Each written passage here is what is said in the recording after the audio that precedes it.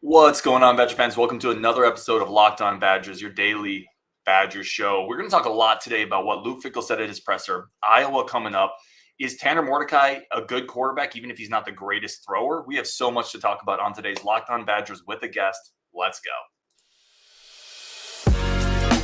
You are Locked On Badgers, your daily podcast on the Wisconsin Badgers. Part of the Locked On Podcast Network, your team every day. What's going on, Badger fans? Welcome to Locked On Badgers, your team every single day. Thank you so much for tuning in. As always, if you're watching the show live, if you're on YouTube tomorrow, or if you're catching on the podcast, whatever it is, thank you so much. Today's episode brought to you by Jase Medical. Empower yourself when you purchase a Jase case, providing you with a personal supply of 5 antibiotics that treat 50 infections. Get yours today at jasemedical.com. All right, really do appreciate it. We're going to bring a guest on. First, though, before we do, because we're going to lose some of my screen when I do that, I want to highlight, we're going to start doing just random Badgers of the day, of the week. I think the shared community of the Badgers world is these players that we grew up and we love, the good, the bad, the mediocre. Today's Badger of the day is PJ Hill. I loved PJ Hill. I know he's not the most sexy running back. I think the guest I have coming on wasn't the biggest PJ Hill fan. I'm kidding. I'm going to give him an opportunity. We're having a fireside chat. I also want to give a shout out on the Discord, on our Discord to Badger Gator. He sets up all of our game chats. He is instrumental in helping build that community. So I definitely want to give him a shout out. All right, Ryan, let's get on this. I've wasted too much time pontificating about PJ Hill. What were your PJ Hill? Like, where are you at on PJ Hill fandom? I love me some PJ. That was probably one of the 37 Ryans in the Discord that may have not liked PJ. I'm a huge PJ guy.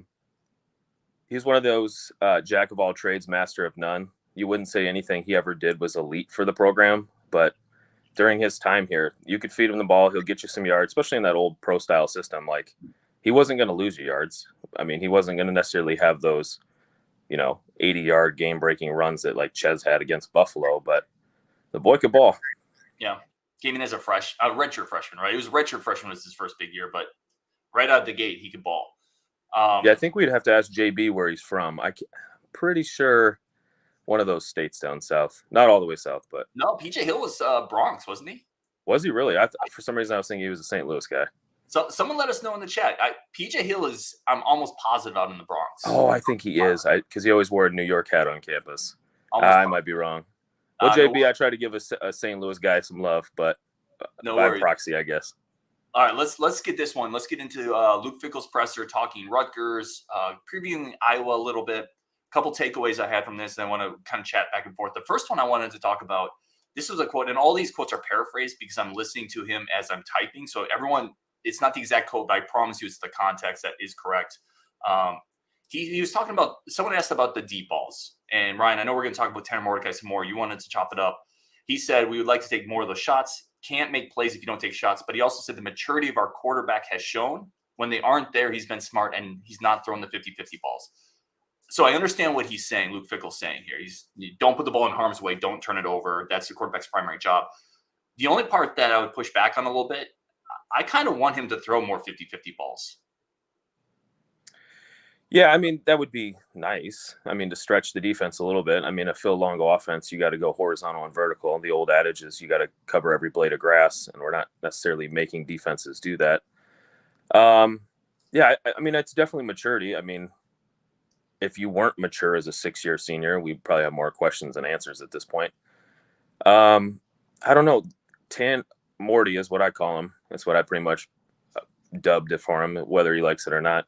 But I mean, Morty really throws some deep balls. Like, yeah, obviously he's not throwing as many as we want, of course. But it's like, I'm just kind of like, I'm pausing because I'm kind of like rattling through my head. It's like, he's thrown plenty of deep balls in the sense of like, they weren't necessarily 50-50, but Bell's dropped a couple, Green's dropped a couple, Rucci's dropped a couple. And it's like, even that one, that Green that we can talk about later, like with a little more anticipation, a little more throwing it when you hit your back foot, it is a 50-50 ball. I mean, it might be just a walk-in touchdown, but he did throw that 50-50 ball, drew a penalty. I'd like him to do it a lot more, but I wonder if we really haven't had to, like, outside of like Washington State. Like, yeah, in Washington State, it was kind of like, we got to score points however we can. So we started taking more shots and we found more openings. But at the end of the day, it's like, when you're mature, you're not going to take unnecessary risk. And when you're playing Rutgers, albeit a 11-point game, so it wasn't as close as the score may indicate. Why throw a 50-50 ball when you could just hand it off to one of the horses and get 5-6 yards? So yeah. I'm a little discouraged by the amount of 50-50 balls, but I think it's there's a lot more factors that we could get into of why we don't need to throw those right now. Yeah, that's a very fair point. Tyler Strieber also brings up receiver struggle with drops, Ryan. What makes you think they can go win those 50-50 balls? Honestly, not much. I mean, to be perfectly honest, they haven't shown the ability to do that yet. I guess there's probably some latent positivity still inside me with this receiver group. DK has. DK has gone up and won a couple of those for sure. But this is a solid point. It hasn't worked at this point. So, yeah, it's a good point by Tyler. Well, I think a lot of it, too, is you have to rep it, right? So if you're not throwing them in practice and you're not really throwing them in games, you're not going to have the confidence in the throws. I think the more that CJ and Bryson, and I know in the Discord we've talked about it before that, it's week 6 now. At this point, the offense should be going. They've all kind of been together for about the last 10 months. But at the end of the day, you can look at any offense. That first year never goes as efficient as it could be. You look at a lot along those numbers. I can't remember who brought it up. It might have been Curtis or somebody brought it up. I don't want to give false praise, but somebody brought it up in the Discord that if you look at the first half of Longo's seasons and this last half, they look like two different offenses by the time they get going. And that was even with Drake May last year, albeit being a freshman. His numbers at the beginning of the year versus the end of the year were light years different. Yeah, I think your point was really good too. They haven't needed to break the glass much this year. And I think that's a really good point that I probably didn't put enough credit or thought into, because why? Why take the risk? Rutgers wasn't beating them. Buffalo wasn't beating them. Georgia Southern wasn't beating them. Well, you got to kind of ask yourself, what's the value add? So you throw a deep ball and you get a touchdown. That's awesome. Place goes nuts. Camp Randall starts erupting. But what if you throw a pick there? Mm-hmm. And now you got 2 touchdowns, 4 picks, and now everyone starts to, does this guy even throw the ball well? Let me flip that on you, though. Could the value add be confidence in the room that you can do it against a better team? I mean, could the value add be executing it in a game? Or maybe forcing defenses to game plan for it more? I mean, do you put any stock into that maybe? Because your point, I get your point. I don't disagree. The other part of that, maybe that's the time to try it against teams that you're not really threatened by. The first time I want to be able to hit this pass isn't necessarily against Ohio State and Madison. Yeah, that's a fair point, too. I can't argue with that. I mean, I've been trying to eat and drink as much copium as I can after these. I've called for, 4? I mean, somebody will remind me in the chat, but I think I've called for 4 or 5 40 burgers, and I'm over. So as Robert told me, my lottery mentality, I'm just going to keep rolling with it. This week I might bypass the 40 burger just because of history. But, yeah, I mean, obviously you want to take those shots against lesser teams because it's not going to burn you as much. But also, when you think about a quarterback psyche, a new system, you can tell the snaps are getting into Tanner's head. You can tell that whether they want to admit it or not, the fact that they're addressing it in the media and people are asking about snaps, they're not dumb. They've heard it. They know that it needs to get fixed. So a lot of it is you can rep it and you can throw it. But at the end of the day, the defense doesn't necessarily need to game plan for 50-50 balls because that's exactly what they are, 50-50 balls. But when you're throwing those deep routes and they keep getting dropped, why go to it if you don't need it? Why show the plays that you have? Because, yeah, I mean, if they catch it, I mean, either way, regardless if Bell catches those or, Rucci catches them or any of the guys don't drop them, you still have it on film. But at the end of the day, you're going to kind of lose a little bit of confidence of trying to throw that 50-50 when you're throwing a 100-0 ball on a post route and it gets flat dropped. I mean, yeah, no, it's a very fair point. I don't disagree with that aspect of it. David Paciente. Oh man, I'm sorry if I butchered that. I'm going to call you DP from now on. Keep dialing in. You're going to be DP. Stoked for Cole LaCrew once he ain't redshirting. I love Cole. I mean, listen, at the end of the day, I'm cheering for all these guys. I know that sounds homerific. I want all these guys to do great, and the best one's going to win the job. And I have faith in Longo in finding that best guy. It wouldn't shock me. It really wouldn't shock me if LaCrew ends up being one of those best guys. So, yeah, 100%. I mean, I'm the same as you. That's what fans do. Even when we talk about the future classes, when we look at 24, 25, we're looking at Little Lock, we got Big Lock, we got Mabry. At the end of the day, if they put on that W, I'm going to ride for them no matter what. But at the end of the day, if they come here and absolutely stink, that's okay too. It just wasn't meant to be. Whoever is the best guy, I trust Coach Fickell and the staff. Coach Longo's top 5 offensive coordinator. Coach Fickell's probably a top 10 coach, maybe top 5, depending on who's doing the list, not PJ. But at the end of the day, whoever they think is going to be the best is going to be the best. So it's like if Locke was ready this year, even if they brought in Mordecai, it would have been Locke. So they're going to play the best guys available at all times, and everything's going to be a competition. So if it's LaCrue, awesome. I'll root for 17 the whole way. If he's 5th on the depth chart, I'm still going to love him because he's got the W. But whoever the starter is going to earn it. Yeah, and we've seen that, right? Like we've literally seen that with Evers and where he's been on the depth chart. And that's not to write Evers up. We've seen this coaching staff say the best, most prepared player is going to rise on the depth chart. And if you're not, you're going to go down on the depth chart. And that's, as a fan, that's all you want. You want that the talent to rise to the top, and you want a coaching staff that's not going to play recruiting ranking favorites with that talent. And I think this staff has proven they're going to do it. The one thing I'll say with LaCrue before we go to a break, and then we're going to talk to Mordecai with Ryan after this, he's been on the show a couple times, so I'm admittedly a little biased, right? He is incredibly impressive to talk to from a confidence quarterback swagger standpoint. So he doesn't lack that. And I think all great quarterbacks have an element of that. All right, we're going to take a quick break, come back. We're going to talk a little bit more with Mordecai, kind of the difference between quarterback play in general or just being able to throw the ball. Ryan wants to pontificate on that. We're going to go there next on Locked On Badgers. But first, a quick break for our friends of the show and our newest friends of the show over at Jase Medical. Jase Medical is a way to just keep your family prepared for emergencies. And in life, we've learned this. The world is a chaotic spot right now, unfortunately. All we want to do is talk Badgers. All we want to do is talk beating Minnesota. But chaos abounds in this world. We've seen it domestically, internationally. Jase Medical helps you stay prepared in case you can't get to a pharmacy, in case there's an emergency and you need to take care of your family. The Jase case provides 5 life-saving antibiotics for emergency use, and you get ongoing care from their physicians on any treatment-related questions. Doctor-created, doctor-recommended. This is not something – I did get a comment recently worried about people maybe just using this incorrectly. This does come from doctors. There is information you get on how to use these, when to use these, what to use these to be treated for. So it's not just something that gets sent to you. Don't get unprepared. Everyone should be empowered to care for themselves and their loved ones during the unexpected. That's what the Jase case is for. Save more than $360 by getting these life-saving antibiotics with Jase Medical, plus an additional $20 off using my code LOCKEDON at checkout on jasemedical.com. That's JASE medical.com. All right, let's get Ryan back on and continue talking some quarterback play, some Badgers, some comments, get into all your comments as well. Ryan, one of the things you mentioned, we were talking kind of a little bit pre-show, you wanted to get into kind of the differences between throwing the ball and playing quarterback, and maybe where Mordecai falls in that scale. Yeah, that's a good thing. Back to your kind of your Jase read there. Is there any way you could use that promo code Locked On and send one to Jake Renfro? Because we got to get Buddy in there, because that kind of ties in nicely to my Mordecai.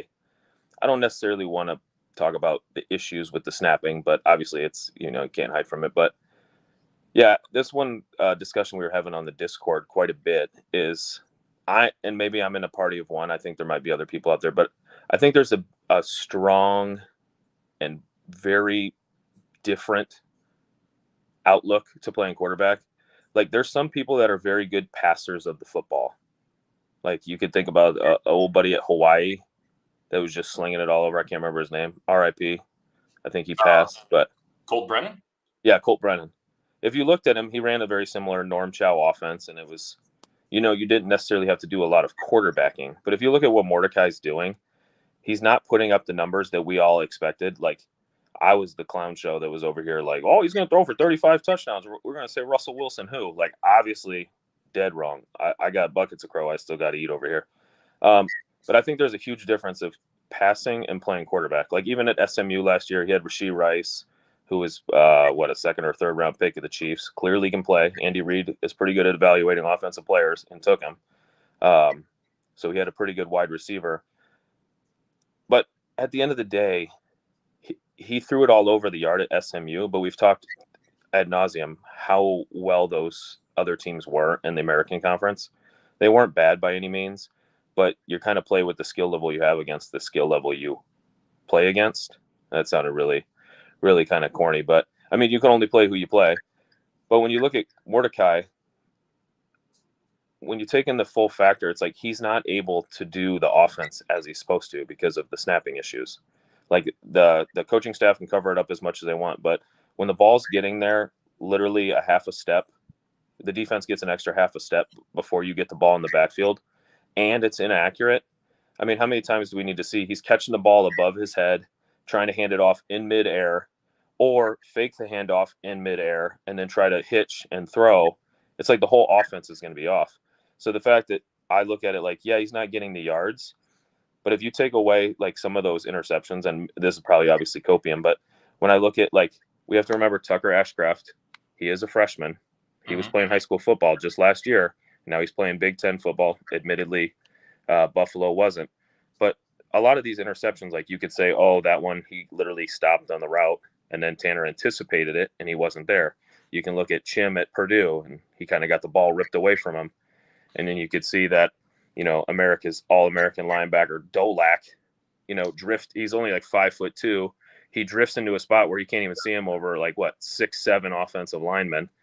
I mean, that's your 3 interceptions right there. I mean, we can make excuses about, old buddy from Washington State kind of running over the edge on Nelson and 2 fumbles.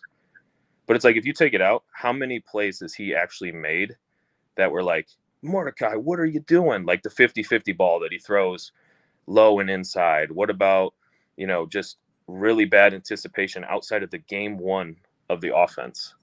I mean, he's playing quarterback well. We've had, I believe, 18 scoring drives. Outside of Braylon's fumble last week, we would have been perfect in the red zone.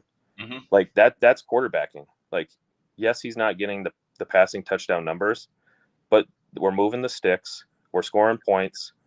I haven't looked at the updated numbers, but we were averaging 33 points a game so far. Now, admittedly, it wasn't the Big Ten schedule yet, but last year we were at 26. Now, I know last year was kind of dumpster fire, but that's a significant upgrade for an offense that isn't humming right now, and that can all be back on quarterback play.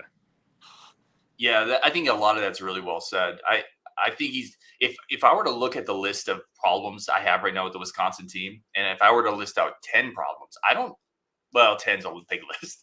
If I was to say 5, Tanner Mordecai is not on that list for sure. To your point, he's been one of the strengths of this team, I think. And the stats are what they are, right? I was right there with you. That was also a take that I had, that I thought he could challenge Russell Wilson's 33 touchdowns, whatever it was. That's not going to happen this year. It's just not. But overall, I find myself never that upset with him. And that's almost the mark. It's almost the mark of a good quarterback. At the end of the game, are you ticked off at your quarterback? Do you want to see the backup? If you can check no on that flow chart as a fan, you're like, okay, the quarterback did okay, right? Because we all know the backup quarterback is the favorite player on everybody's team. And I've never in any game said, gosh, we might want to take a look at Locke here. It's never even been close for me. And I think that's reflective of everything you're saying with Mordecai. Right, and I think a lot of it too is he's not absolved of any blame. I was posting clips today on the Discord, even that 50-50 ball that he threw. Well, it ended up being a 50-50 ball that drew a penalty to Bryson Green. Mm-hmm. And I did a zoomed in, some kind of 6th grade video editing opportunity here. And it's you watch him and he hits his back foot, he hitches, and then he steps up and he hitches again, and then he throws it. And now the window's closed. So he's not absolved from any of criticism. He certainly needs to throw with a lot more anticipation. But I think sometimes when you don't gel with your receivers as well as you would hope, and I know we could say, oh, they've been together 10 months. Oh, they throw all these routes. They had spring camp. They had fall camp. At the end of the day, these are human beings. This isn't Madden where you just, draft somebody, pick somebody up, trade somebody, and you're in season mode.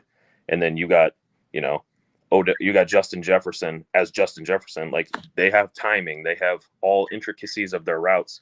Especially in an air raid system, it's about finding space in grass, not necessarily running routes. So there's a lot of choice routes. There's a lot of option routes. That takes chemistry to build. And at the end of the day, these are still, quote, student athletes. They're in class. They have lives. They have all this stuff. It's not like they're professionals out there literally running routes for 3 hours and then going to dinner together and then watching film together. And it's no, they got to go to class. Mm-hmm. So at the end of the day, we have to focus on what they can do and what they can do better. All across the board on offense, they can be better. From snapping to timing to route running to separation, the entire unit can get better. But the fact that we're 4-1, first year in the system, Phil Longo is basically coaching an offense, an air raid offense with not air raid parts. No disrespect to the players. They brought in for a different offense. Mm-hmm. And you're still averaging, I mean, even with that 24, you're probably still averaging around 30 points per game. And would anybody say one of these games has been like an A+ on offense? I mean, even an A. I mean, maybe Purdue on the road. No, probably not. Probably not. I mean, that's what I'm saying. Ches got hurt. I mean, you had the Chim interception. You had Mordecai running for touchdowns, not necessarily making the passing touchdowns. You had a Bell drop pass that could have been a touchdown, a little bit outside the numbers. But at the end of the day, like, I would say the highest grade would probably be Purdue, and that's probably like a B+. Yeah. Eventually, when you look at the history of Longo, that second half of the season is when it starts to go. And if we're putting up 30 burgers and it's not clicking, watch out. Sorry, old Big Ten West. Don't let it click, because otherwise people are going to get embarrassed. Oh, I hope so, because if you look at the end of our schedule, Minnesota sitting there, if we can get this Wisconsin offense humming by that game and just oh my gosh, I hope we bury that team. Yes, so I agree with everything you're saying here. Robert Sorensen says Tanner's a better dual threat than the last dual threat Tanner we had. This is the only, let's be fair, this is the only dual threat Tanner we've had. I think we need to clarify that. The first one was not, there was only one threat with the first Tanner, is all I'll say. No, he was a dual threat. He was very good at running, and he could lay the wood as a safety. He had dual threats. Right. He was a running safety. Robert didn't say quarterback dual threat. He just said dual threat. He covered punts. He was like a triple threat. That's fair. That's very fair. Don't disrespect him, Robert. He had a lot of threats. The last thing I would say with Tanner, man, and again, this speaks to the level of play in the Big Ten West and even the Big Ten in general. How many quarterbacks are you trading Tanner Mordecai for? Nebraska, no. Iowa, no. Minnesota, no. Illinois, no. Northwestern, no. It's Maryland, Ohio State, Penn State, maybe Purdue. I was going to say, I don't even know if I'm trading for Ohio State. If you're trading for long-term, maybe, but I don't know how much, like, even just kind of diving into it for a second, I don't know how much Kyle McCord makes this offense better. Agreed. Because he's a first-year starter. I mean, Drew Aller's a first-year starter. Has Penn State even played anybody? Has Michigan even played anybody?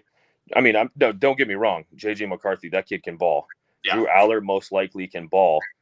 Taulia, he can ball. I mean, he's good. He can ball. But last year we saw him get beat by Mertz. Now, obviously, it's not a 1v1, but a lot of people want to cite the rain. That rain kind of stopped in the second quarter, and they couldn't figure it out till late in the fourth. So let's slow down on who they played. Right. And so we're talking about a top 4 quarterback in the Big Ten this year. Right. Like, that's yes, everyone's going to point out the obvious. That is reflective of the talent in the Big Ten. But you'd still rather have that top 4 guy in a weak conference than not. So let's focus on that. Coming back, all your comments next, including Louis S. saying, this is better than studying for my calc midterm. Louis, make sure you get grades, my friend. But we appreciate you being here. All right, coming up next on Locked On Badgers, we are going to take your comments. We got a bunch of stuff still to get to. Good friend here, Ryan, on the show. But first, a quick break for our friends. Today's episode is also brought to you by PrizePicks. PrizePicks is a new sponsor of the show. We're really excited to be affiliated with PrizePicks. They are far and away my favorite daily fantasy offering. They are incredible in everything they do. It's just the easiest way to do it. I don't have a ton of time to invest into daily fantasy. PrizePicks is just you against the numbers. You pick 2 to 6 different stats for players, and if you win, the money just rolls in. That's as simple as it is. You don't have to compete with thousands of people on their computers all day nerding out on analytics that you have no chance at beating. The sharks out there in Bangladesh banging out fantasy wins. You don't got to compete with them. We don't got time for that. That's what PrizePicks is for. It's for the everyday daily fantasy user. And they have some incredible new offers. It's fast, easy to use, and it's, again, our choice over at Locked On. Go to prizepicks.com/LockedOnCollege. Use code LockedOnCollege for a first deposit match up to $100. So you get $100. prizepicks.com/LockedOnCollege. Use code LockedOnCollege for a first deposit match up to $100. PrizePicks, daily fantasy sports made easy. All right, let's get Ryan back on the show. Let's continue our discussion here. Ryan, let's get some comments. I wanted to pull a couple comments from our YouTube section as well. This is from the Commandant. The Commandant earned the right to get the first prediction on the show because he was the only one of us yahoos to not go over the moon on the Rutgers prediction. He said, turnover battle is going to be crucial in this game. Whoever wins is going to win the game. I see a 3-point game, 20-17, but who wins? He says his gut is telling him Iowa because of turnovers, but his red-colored homer glasses are telling me Bacos wins it with a field goal. Ryan, 20-17. How you feeling on Commandant's prediction here? Well, I've been wrong every single week. Not on the victor outside of the Washington State one, but the score. I don't know. I think it's too early. I want to default with him, but I'm not. I'm a lunatic. I'm a stooge. That's 3 points isn't going to be the case. I'm sure the Commandant has checked the depth chart. We do know who's playing quarterback at Iowa, right? And who's still the offensive coordinator. So unless we're throwing 2 pick six, I'm not entirely sure how they get to 17. It could be not punting to Cooper or punting to Cooper. That's another comment that coming out of Fickell's press conference. He mentioned it's going to be a combination of schematics. By the way, Jeff's card and tour. Ryan, you were on point with the quarterback play versus stats. He said it's going to be a combination of schematics, not having the big booming kicks that give them time to run, a lot of fair catches, and also just executing. I would just punt it out of, honestly, I know this is ridiculous, but with Iowa's offense and Deacon Hill, Ryan, I would just punt. I would never give that dude an opportunity to return a punt. Is that crazy? No, not at all. I would do the same thing. I think the biggest thing is, like, if you look at Bertram's, like, a lot of his punts end up in fair catches or on the ground anyway. So I'm not entirely sure what he means by, like, schematic changes, because at the end of the day, they're not really going to kick it to him anyway. Because, I mean, obviously he's a special athlete. Like, nobody's denying that. But I'm just trying to think of the last few games. I don't remember anybody even, like, taking a punt, because they're all, like, fair catches or they're on the ground and they wave them off. But, I mean, if you wanted to kick it out of bounds, you just put Jack Van Dyke in there. He figured it out on the kickoffs, I'm sure. I'm sure. Just have him do it. He'll make sure. He'll kick it out at the 5. So we do that. Jake Mayer jumped in over at, obviously, good friend of yours, Ryan. Oh, yeah. He is my keeper. That's my brother's keeper. He keeps me on the straight and narrow, and he makes sure all my work doesn't sound like a second grader. Over at Badger Notes. Go check out what they're doing over at Badger Notes. Jake, Dylan, Ryan, the whole crew. Gardner Fickell, the whole crew over there is obviously incredible. And go check out the work. All the boys are good. Yep. I had tried to get Jake on a show last week, but he big timed me. I think he had a family commitment. Yeah, he's a busy dude. He responds to me at all hours of the night. I'm like, hey, my man, we got to make sure that we have some work-life balance here. Dylan's working him too hard, I think. But, yeah, everybody over there is so awesome, and he shows me so much time and help. Jake's just one of those guys. 3 Stones Pit Crew says the offense will click soon. Can't say it enough. Believe Longo will open it up when he has to. That's up to Ryan's point, which is probably really good, actually. Outside of second half of Washington State hasn't needed to. Great week. Wisconsin 35, Iowa 14. Listen, if you drop 35 on Iowa, that is the offense clicking. But let's be honest on that. I don't know. Scored what, 31 on them? I'm trying to remember. Was it the Penn State? Was it 31? Oh, I'm not worried about Penn State, because at the end of the day, Penn State's a little bit different than we are. I just try to think of, at the end of the day, in trophy games, rivalry games, history matters. And you look at them, and, like, we don't score 35 very often. Like, I think it was even 2017 when we went 12-0. It was either – someone in the chat would probably remind us, but it was either like a 24-22 win, or that was one of those, like, 38 big-time ones. But they had Nate Stanley, so that explains a lot. Well, I mean, I guess we have a new Nate Stanley there now, a little less mobility. But, yeah, 35-14, even for me, who calls 40 burgers every single time, I'm not going to do it to myself, I don't think. I do reserve the right to change. One of the great writers over at Badger Notes, Christian Borman, puts together our staff predictions. So I'm sure he's eagerly awaiting my diatribe on why we're going to get 40. But I think I'll reserve my right to change, but I just don't see 30. It is still Iowa. They still have Phil Parker. You still have DeJean Island that's going to shut down one of the sides of the field and not necessarily go at them all the time and take your chances. Because if you're not going to take chances on 50-50 balls, or, the maturity to risk it, why throw it at that guy? That's the opposite of what you're just saying in the press conference. Yeah, don't throw it at that dude. Just don't even try. Because here's the thing. I think Iowa. Yeah, and I agree with you. I would love 35-14. I think this is much more of a Commandant game. I don't know if it's 2017, but like 20-10, 17-6. I don't know. It's going to be something like that. I think Iowa, and there's a great comment up here from Jeff's Garden Tour. I hate to say it, but play a conservative Paul Chris game and we win. I think that's true in this game. I don't think Iowa wins this game. I don't, unless Cooper has a pick six or Tanner has just a really bad game where it's like another scoop and score. I don't think Iowa can win this game if it's a clean game on both sides. I don't think they have the horses with Deacon Hill. Yeah, I think we just need more context of what a Paul Chryst game is. Like, obviously, take care of the ball, stop the run, and make sure you run the ball and set the tone. I mean, that's literally football coaching trinity right there. Like, you have to do those three things to be successful. So that's why Paul Chryst was successful for so long, is you could do those certain things and win a lot of games. I don't know that we've been aggressive at all either. Like, if we look at some of the PC, and I made the comment last week at the game to the neighbor that was sitting next to me when Fickell didn't want to go for it on like the 45. I was like, who let PC back in the house? But then it's like, at the end of the day, they haven't been uber aggressive because they haven't needed to. Yeah. But at the end of the day, it's all a new staff for the most part. Some of these guys are new. They're all still trying to figure it out. Like, we're literally 5 weeks in to new coaches, new recruiting, new players, new scheme. Like, it takes a little bit of time. I don't see 35, but I don't know. Mark Benson says, done bartending, one of my first live shows. What's up, Mark? I'm sorry I missed that comment earlier. We did have several people confirm PJ Hill, Brooklyn, New York. A couple more comments here. 9-6 Badgers. That's from Bird Dogger. Yeah, that's where I was going on Saturday afternoon when I saw 24 against Rutgers. I was like, wow, this is going to be an old school rock fight. Yep. Scary Alvarez says, evening, boys. Scary's always up. Like, Scary's always up. I want to throw this comment out here. And by the way, go subscribe to Scary's podcast. He's got a good one coming up. Make sure you guys go do that. If you're watching the show right now, go do that. He's a really good dude. He's a Badger fan. Follow him on Twitter too, because he roasts people, and it is hilarious. Yeah, so agreed. Definitely on Twitter. I want to throw this one out here because we're going to wrap up on this one, Ryan. We're at about 30 minutes. Really appreciate everybody tuning in. As always, you guys are absolutely incredible. I'm super biased on this. I think this is becoming one of the best Badger communities on the internet.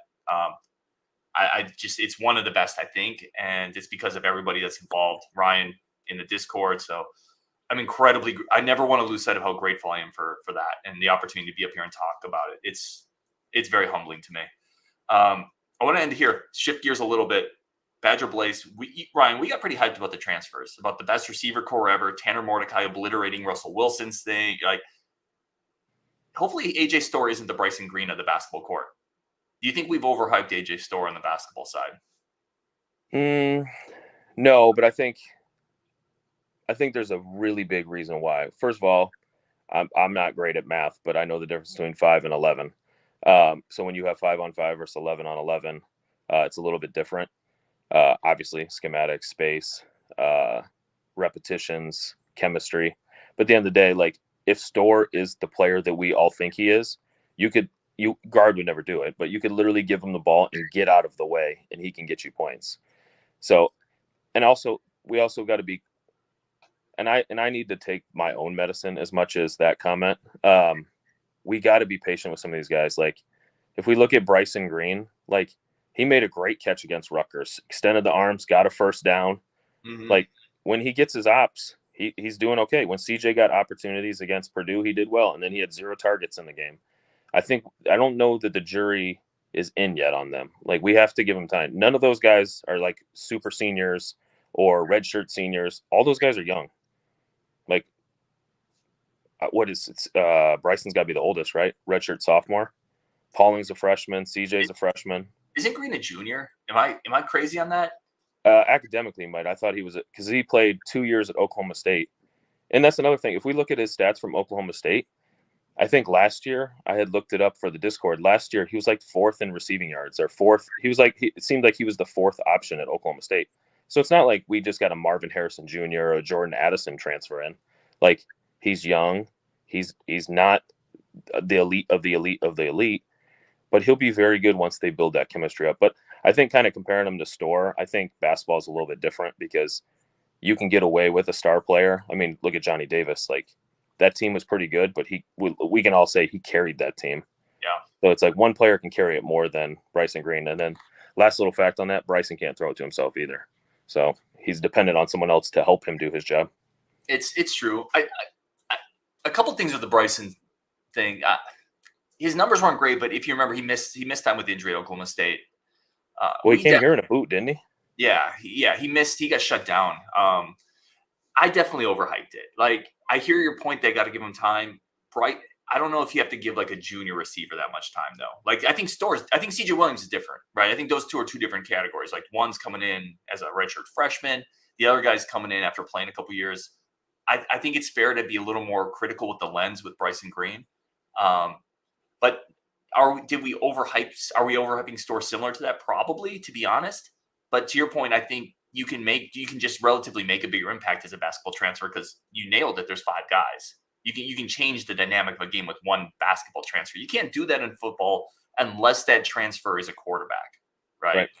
A receiver doesn't raise the ceiling dramatically. In that super athletic 3 who can bang threes at 40%, Storr could raise the ceiling of the team dramatically if he hits. So he still has to prove it. But listen, at the end of the day, we're also fans. Like, this is a fan-driven podcast, right? And part of that, at least to me, is I get excited when you land a guy like that. So are we overhyping him? Probably. But he's a guy with the tools to live up to that hype. And that's maybe the distinction. But I would be curious, though, what exactly did we overhype, though? Because if we look at I'll say I did say he could be a potential NBA guy next year. Oh, no, sorry. I was talking about Bryson.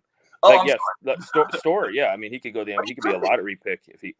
But it's like, at the end of the day, when I think about Bryson Green, like, and maybe I'm just in a minority here, but I had way more expectations for CJ Williams being a 5-star kid coming from USC than I did Bryson. Bryson was like, oh wow, an Oklahoma State. They run it up and down the field. That'll be a nice ad.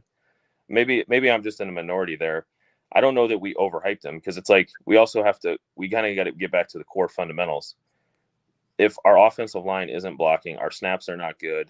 We don't have the depth at running back now that Ches is gone. We're dropping deep balls. Like, all of that it all kind of works like a human body. Like, you got a brain, a heart. Like, you can't lose one of those things or have one of those things not functioning and then the body to operate at maximum capacity.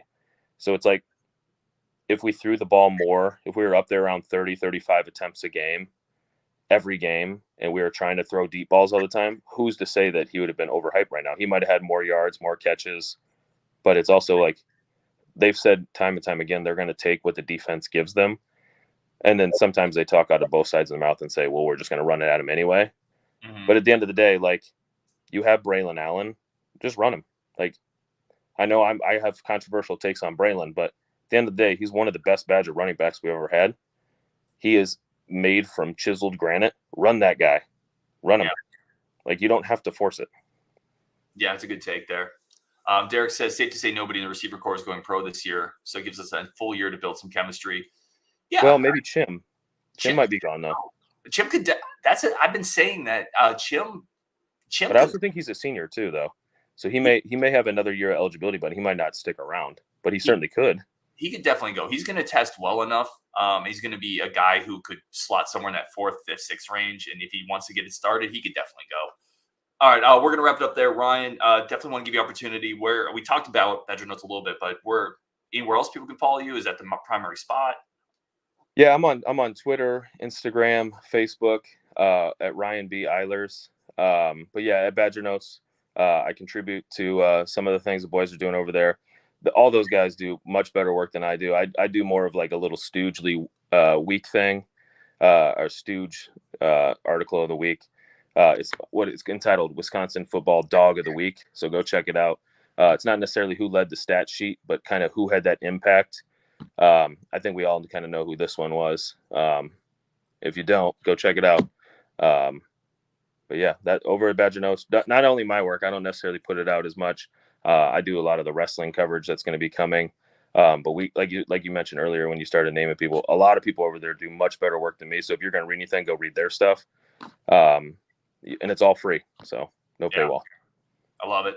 On Wisconsin, a bunch of good interviews coming up. We got Rafael Davis, Big Ten Network, former Purdue greats, played against those 14-15 Badger basketball teams.